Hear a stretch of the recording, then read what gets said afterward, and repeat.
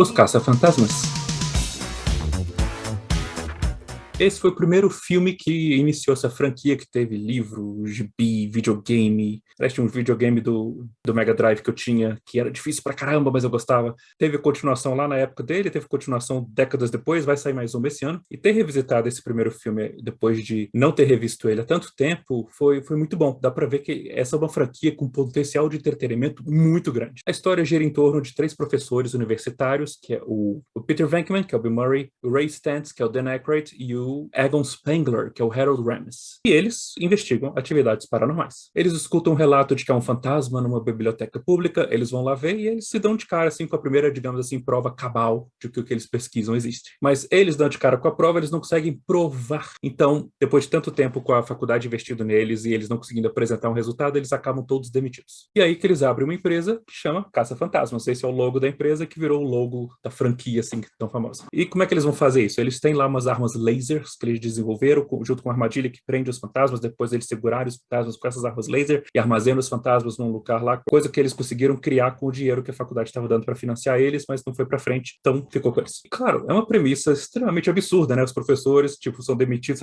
bora começar uma empresa de caçar fantasmas. E de repente os equipamentos estão lá, tipo, é muito absurdo, mas é uma premissa muito enriquecida pelo fato desse filme nunca se levar a sério e jogar muito no talento desse time principal, que lá para metade do filme recebe o Winston, que é o Ernie Hudson, e todo esse elenco teve uma liberdade de improvisação muito grande aqui. O filme ainda tem o Rick Moranis, quem lembra do Rick Moranis? Ele era ótimo, mas ele faz o vizinho da personagem da Sigourney Weaver, que também tá no filme, e tem uma hora que tem uma festa no apartamento dele, e é um plano sequência, saca? Uma série bem impressionante. Ele vai passando por vários convidados, vai conversando, vai tendo interações diferentes, e muita coisa ali foi improvisada. E o Bill Murray aqui tá com o nível de carisma dele muito alto, e você deixando o ator desse improvisar, ele deitou e rolou. Ele tem um timing de humor que é invejável, saca? Não é todo ator que consegue ter essa sagacidade para criar comédia como ele tem. Mas verdade seja dita é que esse personagem do Bill Murray, Peter Venkman, envelheceu mal, porque ele é um tarado, sem limites. A verdade é essa. Muito retrato da época, saca? Porque as liberdades que ele toma perante mulheres ali, na época eram tratados como de boa, se tem problema. Hoje a gente sabe que tem problema e sim, você não pode fazer isso com outra pessoa, você não pode invadir outro espaço de outra pessoa sem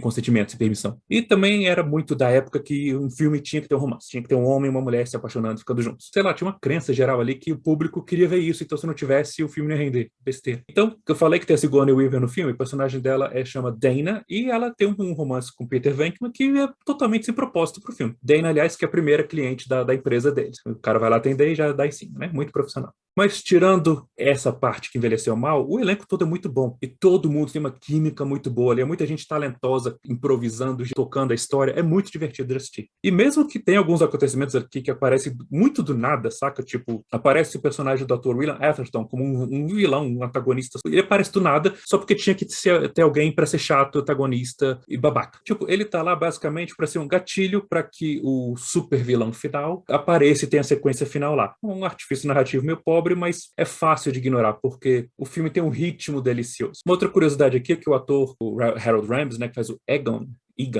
ele nunca sorri. E isso funciona muito bem, saca? Não é só, tipo, ele não sorri, então o personagem dele é mais sério. Sim, isso também, mas o fato dele falar umas coisas extremamente absurdas com a cara séria, tipo, você vê que na cabeça dele ele tá falando sério, torna a cena muito mais engraçada. E o Dan Aykroyd é uma bomba de uma aura, assim, alegre, que encaixa muito bem com o personagem dele. Ele parece que vive num constante estado de empolgação pelo que ele faz, pelo que ele estuda. E o que eu falei, esse trio, né, depois teve a adição do Winston, que é o ator Ernie Hudson. Esse personagem, na verdade, estava sendo preparado para ser interpretado pelo Eddie Murphy, e o Eddie Murphy era um nome enorme nos anos 80, então esse é um personagem que ia ter uma participação no filme muito maior. O Eddie Murphy acabou não podendo fazer o filme, porque ele foi fazer um Tira da Pesada, uma franquia de grande sucesso que ele fez, e aí esse personagem teve uma participação reduzida, mas nada impediu que o ator Ernie Hudson entregasse um cara muito adorável e memorável. A direção é do Ivan Reitman, ele foi responsável pelos primeiros filmes de comédia do Arnold Schwarzenegger, e o principal desafio dele aqui foi um prazo curtíssimo para entregar o filme. Isso resultou numa coisa que me surpreendeu estudando sobre o filme. As primeiras cópias que chegaram ao cinema não tinham os efeitos terminados, você via cabos, por exemplo, carregando pessoas ou coisa assim, mas ele conta que, tipo, nenhuma reclamação chegava na empresa de lugar nenhum. Então, eu acho que isso ilustra o potencial de entretenimento desse filme. Ele é muito bom, é muito gostoso de assistir até hoje. E esse logo aqui da empresa, o carro que eles chamam de Ecto 1, que era um carro funerário que eles adaptaram para carregar os equipamentos deles, a sirene, o som daquele Ecto 1, as mochilas lá com as armas lasers, a armadilha para pegar as fantasmas. Eles criaram muita coisa icônica, visualmente icônica aqui, que faz parte da cultura pop até hoje. Você pode nunca ter visto o filme, mas talvez você tenha ouvido falar no gigantesco Homem de Marshmallow. Aliás, até a estação de Corpo de Bombeiros, que eles usam como loja, a fachada, né, que foi filmada em Nova York, todo mundo reconhece lá dentro, tipo, ainda funciona o Corpo de Bombeiros, mas tem quadro do elenco, da produção, com os bombeiros lá que tiraram uma foto, lógico. Então, um monte de ícones aqui que fazem parte grande da história da cultura pop, mas se tem uma coisa que esse filme rendeu, foi muito boa e muito marcante, é a música Ghostbusters, do Ray Parker Jr.